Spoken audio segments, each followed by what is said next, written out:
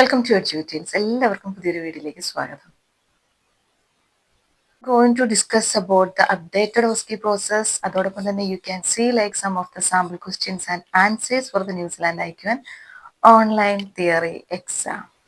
Before we start, we are excited to introduce our new practice book for New Zealand IQN online theory exam. Here it is. It includes sample question and answer with rationale, also covered core content areas. It is already tested and proved. We are also offering updated OSCE practice for the New Zealand exam, including scenarios, individual online role play. Everything is aligned with the latest version of OSCE. So feel free to call. അപ്പോൾ നമ്മുടെ book introduce ചെയ്യുകയാണ്. ആ book ശരിക്കും പറഞ്ഞു കഴിഞ്ഞാൽ അതിൽ sample ക്വസ്റ്റ്യൻസും ആൻസറും റാഷണലും എല്ലാം തന്നെയുണ്ട്. നിങ്ങൾക്ക് പഠിക്കാൻ എളുപ്പമാണ്. അതുപോലെ തന്നെ അതിൽ നമുക്ക് ഏതൊക്കെ ടോപ്പിക്സ് ആണോ കവർ ചെയ്യുന്നത് അതിനെക്കുറിച്ചുള്ള ഒരു ചെറിയ എക്സ്പ്ലനേഷനും കൊടുത്തിട്ടുണ്ട്. പ്രത്യേകിച്ച് കൾച്ചറൽ സേഫ്റ്റി അങ്ങനെയുള്ള കാര്യങ്ങളൊക്കെ. കാരണം treaty of Waitangi principle, cultural safety, nursing standards, competency എല്ലാം കൂടി നമുക്ക് അറിഞ്ഞിരുന്നെങ്കിൽ മാത്രമേ ഉള്ളൂ നമ്മുടെ തിയററ്റിക്കൽ നോളജിലും ആ നേഴ്സിംഗ് സ്കിൽസിലും ഇതൊക്കെ അപ്ലൈ ചെയ്യാനും അങ്ങനെ ആ എക്സാം നമുക്ക് പാസ്സാകാനും സാധിക്കുകയുള്ളൂ. അപ്പോൾ ആ ഒരു രീതിയിലാണ് നമ്മൾ ആ ബുക്ക് പ്രിപ്പയർ ചെയ്തിരിക്കുന്നത്. കൂടുതലും സാമ്പിൾ ക്വസ്റ്റ്യൻസ് റാഷണലിലാണ് നമ്മൾ കോൺസെൻട്രേറ്റ് ചെയ്തിരിക്കുന്നത്. ആർക്കെങ്കിലും താല്പര്യമുണ്ടെങ്കിൽ നിങ്ങൾക്ക് കോൺടാക്ട് ചെയ്യാം, വളരെ യൂസ്ഫുൾ ആയിരിക്കും. നമ്മുടെ കാൻഡിഡേറ്റ്സ് ഒരുപാട് പേര് യൂസ് ചെയ്ത് നല്ല റിസൾട്ട് കിട്ടിയ ഒരു സാമ്പിൾസ് ആണ്. അതുപോലെ തന്നെ ഓസ്കിയുടെ training individual role play updated version തന്നെ നമ്മൾ പ്രൊവൈഡ് ചെയ്യുന്നുണ്ട്. അതും നിങ്ങൾക്ക് എന്തെങ്കിലും ഡൗട്ടോ ക്വയറീസോ ഒക്കെ ഉണ്ടെങ്കിൽ നിങ്ങൾക്ക് കോൺടാക്ട് ചെയ്യാം. അപ്പോൾ നമ്മുടെ സാമ്പിൾ ക്വസ്റ്റ്യൻസ് ആൻഡ് ആൻസേഴ്സ് നമുക്കൊന്ന് കാണാം.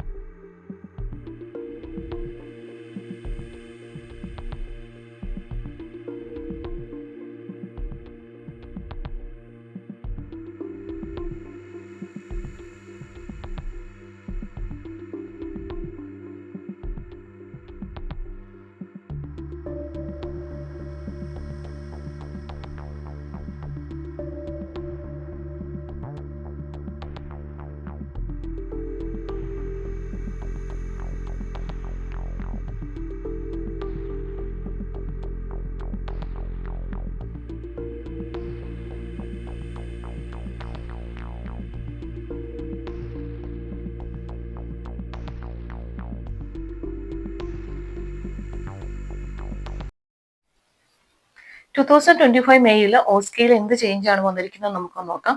മെയിനായിട്ട് സിനാരിയോസിലാണ് മാറ്റങ്ങൾ വന്നിരിക്കുന്നത്. പിന്നെ അതുപോലെ തന്നെ പീഡിയാട്രിക് സെക്ഷൻസ് അങ്ങനത്തെ കുറേ കാര്യങ്ങളൊക്കെ ആഡ് ചെയ്യുന്നതെന്ന് പറയുന്നു.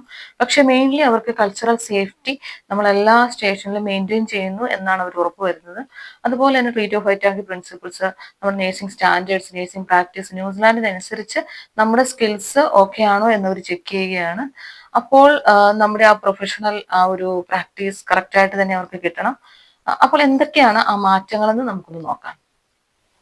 കൂടുതലും ചേഞ്ചസ് വന്നിരിക്കുന്നത് പ്രൊഫഷണൽ റെസ്പോൺസിബിലിറ്റി സ്റ്റേഷനിലാണ്. ട്രീറ്റ് ഓഫ് വൈറ്റാലിറ്റി പ്രിൻസിപ്പിൾസ് അതുപോലെ തന്നെ കൾച്ചറൽ സേഫ്റ്റി ഒക്കെ ആഡ് ചെയ്യുന്നുണ്ട്. ഇതിന് മുമ്പും ഉണ്ടായിരുന്നു, പക്ഷെ കൂടുതൽ ഫോക്കസ് അവർ കൊടുക്കുകയാണ്.